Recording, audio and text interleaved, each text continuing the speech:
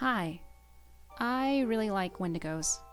They're a fantastic allegory, but also they're just really spooky.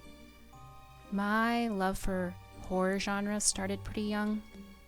My older brother and I really didn't watch Disney movies, and we really didn't watch westerns either. I hated westerns, and I still do. They portrayed native people as props or drunk savages, and those stereotypes were such a stark difference between my family and friends. They made me feel ashamed, like I was a bad guy. Maybe that's why my brother and I always rooted for villains in movies. We would watch slasher films from the 80s and 90s, and I was most definitely too young for some of them. But we would just laugh at how over the top and campy they were. They're creepy and they're kooky, mysterious and spooky. That's right. It's the Addams Family. They were these weirdos that embraced the strange, and it was so different from other movies that I'd seen at the time, and I just loved it. There came a scene in the Addams Family Values of 1993 where Wednesday and her brother Pugsley get dropped off at a summer camp. And when they have their parents stay, the camp counselors decide to reenact and sing an important shared event in our past, where they go on to say it was a seminal event in American history, the first Thanksgiving. Oh no, my heart sank because in that moment I realized this was just another movie that was going to be ruined for me with those god-awful stereotypes.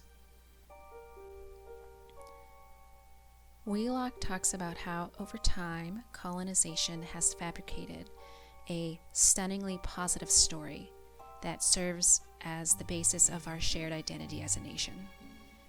It also rewrites history, and the first Thanksgiving is a prime example of this. We know it didn't happen, or if it did, not in the way that it's often depicted. And we're just going to look right past white actors dressing up as caricatures. And Wampanoag on the East Coast probably did not wear plain-style eagle bonnets. But the Chippewa are introduced by Sarah. And I'm reminded of when Kilpatrick writes about how the dirty and stupid Indian stereotypes are used to show the divide between civilized Western culture through linguistic devices, like brisk short Tonto talk in the movie, or when Sarah says that they're strange, but it's okay, even though they don't have books or schools or shampoo or shoes. And I felt like I was just going to sink through the center of the earth by secondhand embarrassment. So Bird talks about how in film there's really only two types of Native women. The first is the Indian princess, who's this noble maiden who, for the love of a white man, ends up either dying for his love or dying to save him. And two is the squaw. And in this final closing scene, Wednesday is neither of those because she reads them to absolute filth. People are set on fire. Sarah's tied to a pyre that's soaked in gasoline. People are getting thrown into the lake. The whole village on the set burns down, and we see this cathartic, just avenging spirit that she has, and it's absolutely wild, and I've never seen that before. Even though she's not an indigenous person, she's playing one.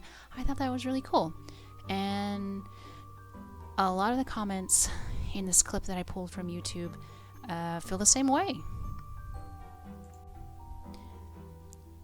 So in closing, we see a village burned down, and even though it's a village and not a wagon trains are these images of settlers moving west and western expansion. And I would like to reimagine these wagons as a metaphor for the mythos and stereotypes that settler colonialism has used to rewrite history. And Wednesday, by proxy, is reclaiming that term wagon burner. And she is, in a sense, burning down all of those myths and lies. And I think it's really cool.